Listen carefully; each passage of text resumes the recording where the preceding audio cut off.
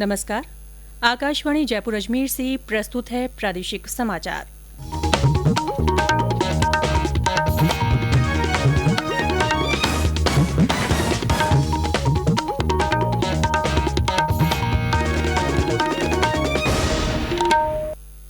मुख्य समाचार। प्रधानमंत्री नरेंद्र मोदी आज आकाशवाणी के माध्यम से करेंगे मन की बात। केंद्र सरकार आज से शुरू कर रही है संकल्प पर्व। 12 जुलाई तक चलाया जाएगा वृक्षारोपण अभियान। राज्य में कोरोना संक्रमण से ठीक होने वाले लोगों की संख्या हुई 13,367 और प्रदेश में टिड्डी नियंत्रण अभियान जोरों पर।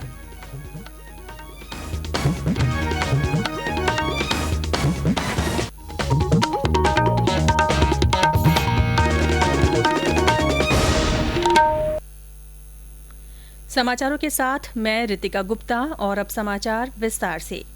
प्रधानमंत्री नरेंद्र मोदी आज सुबह 11 बजे आकाशवाणी से मन की बात कार्यक्रम में अपने विचार साझा करेंगे।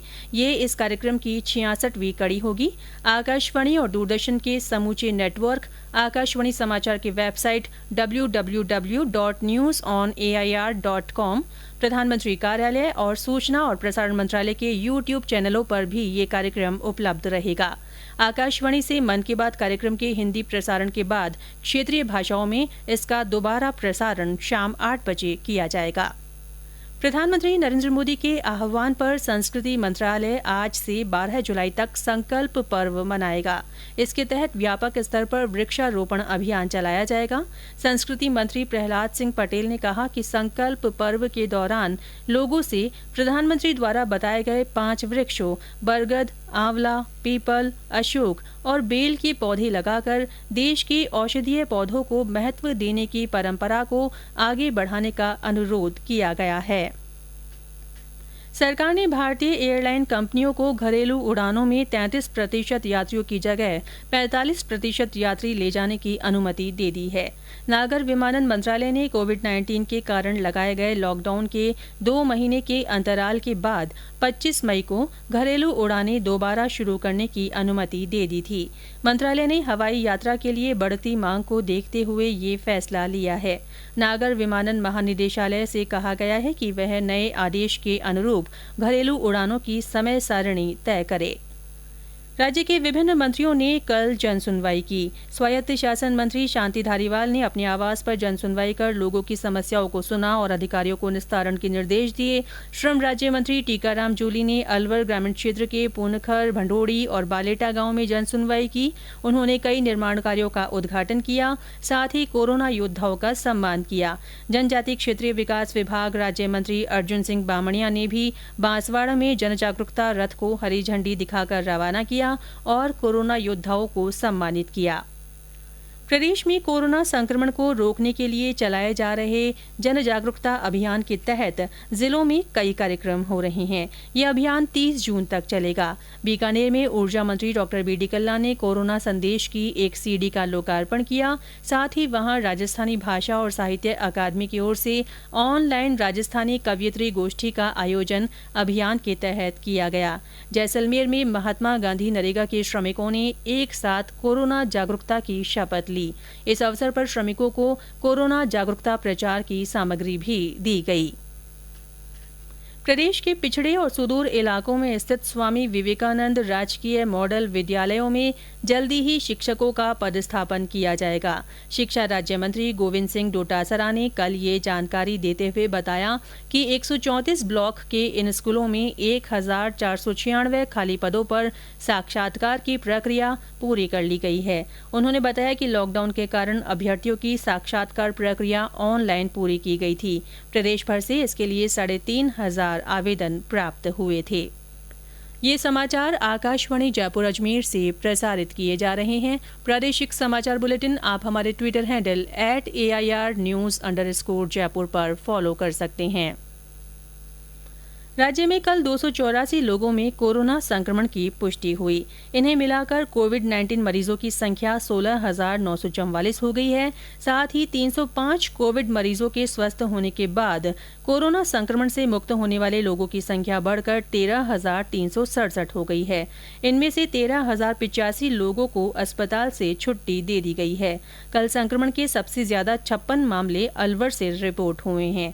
इसके अलावा भरतपुर में 42, जोधपुर में 40, धौलपुर में 32, जयपुर में 17, कोटा में 16, सीकर में 12, चूरू में 10, पाली में 9, सिरोही में 8, अजमेर में 5, उदयपुर में 4, झुंझुनू, दौसा और बीकानेर में 3-3 और राजसमंद में 2 तथा नागौर, करौली, हनुमानगढ़, डूंगरपुर और सवाईमाधोपुर में एक व्यक्ति में संक्रमण का पता चला है। वहीं अन्य राज्यों के 5 लोगों में भी संक्रमण की पुष्टि हुई है। संक्रमण के कारण प्रदेश में अब तक 391 लोगों की मृत्यु हो गई है। स्वास्थ्य मंत्रालय ने कोविड-19 के उपचार प्रबंधन के नियमों में संशोधन किया है। जिन कोविड रोगियों को ऑक्सीजन की जरूरत है उन्हें अब वैकल्पिक रूप से ग्लूकोकार्टिकोस्टेरॉइड डेक्सामेथासोन भी दिया जा सकता है। जिन रोगियों में ऑक्सीजन की कमी बढ़ती जा रही है उन्हें 3 से 5 दिन के लिए ग्लूकोकार्टिकोस्टेरॉइड दिया जा सकता है। इसके अलावा कोविड से पीड़ित गर्भवती महिलाओं को विशेषज्ञ डॉक्टरों से सलाह करना जरूरी है। राजस्थान, मध्य प्रदेश, उत्तर प्रदेश, हरियाणा, गुजरात, पंजाब और महाराष्ट्र में टिड्डी दलों पर नियंत्रण के लिए अभियान जारी है। क्षेत्रीय टिड्डी दल नियंत्रण कार्यालयों की 60 टीमें अभियान में लगी हुई हैं और इसमें 12 ड्रोनों की भी मदद ली जा रही है। टिड्डी दल चेतावनी संगठन और 10 क्षेत्रीय कार्यालय राज्य सरकारों की मदद से राजस्थान और गुजरात के मरुस्थलीय इलाकों में नियंत्रण अभियान चला रहे हैं। इस साल 11 अप्रैल से 1,27,000 हेक्टेयर से अधिक क्षेत्र में टिड्डियों के प्रकोप पर नियंत्रण किया गया है। एक टिड्डी दल को शुक्रवार को झुंझुनू जिले में नियंत्रित किया गया। बचा हुआ टिड्डी दल सुबह हवा की दिशा के साथ उत्तर प्रदेश में चला गया। राजस्थान में नागौर और जयपुर से 5 और क्षेत्रीय नियंत्रण टीमों को उत्तर प्रदेश में भेजा गया। इसके अलावा जैसलमेर से ड्रोन भी अभियान में शामिल किया गया है। कल सुबह क्षेत्रीय नियंत्रण टीमों ने रेवाड़ी में नियंत्रण अभियान चलाने के साथ ही जैसलमेर, बाड़मेर, जोधपुर, बीकानेर, नागौर, जयपुर और सीकर में राज्य के कृषि विभागों की मदद से अभियान चलाया। कृषि मंत्रालय ने कहा है कि भारत दुनिया का पहला देश है जिसने सभी निर्धारित प्रक्रियाओं का पालन कर और वैधानिक स्वीकृति प्राप्त कर ड्रोनों के उपयोग से टिड्डी दल नियंत्रण अभियान संचालित किया है। प्रमुख नियंत्रण अभियान राजस्थान में केंद्रित है, जहां अधिकतम संसाधनों का उपयोग किया गया है। माल और सेवा कर दाताओं को एक बड़ी राहत देते हुए सरकार ने 1 जुलाई से GSTR-1 फॉर्म के स्थान पर SMS के जरिए निल स्टेटमेंट जमा करने की सुविधा उपलब्ध कराने का फैसला किया है। अप्रत्यक्ष कर और सीमा शुल्क बोर्ड ने कहा है कि जिन व्यापारियों की कोई कर देयता नहीं बनती उन्हें SMS के जरिए माल और सेवा कर विवरणी भरने की व्यवस्था से बड़ी सुविधा होगी। उद्योग और राजकीय उपक्रम मंत्री परसादी लाल मीणा ने सूक्ष्म, लघु और मझोले उद्योगों MSME को देश के आर्थिक विकास का ग्रोथ इंजन बताते हुए कहा कि कृषि के बाद सबसे अधिक रोजगार के अवसर ये सेक्टर ही उपलब्ध कराता है। उन्होंने अंतर्राष्ट्रीय MSME डे पर चर्चा करते हुए ये बात कही।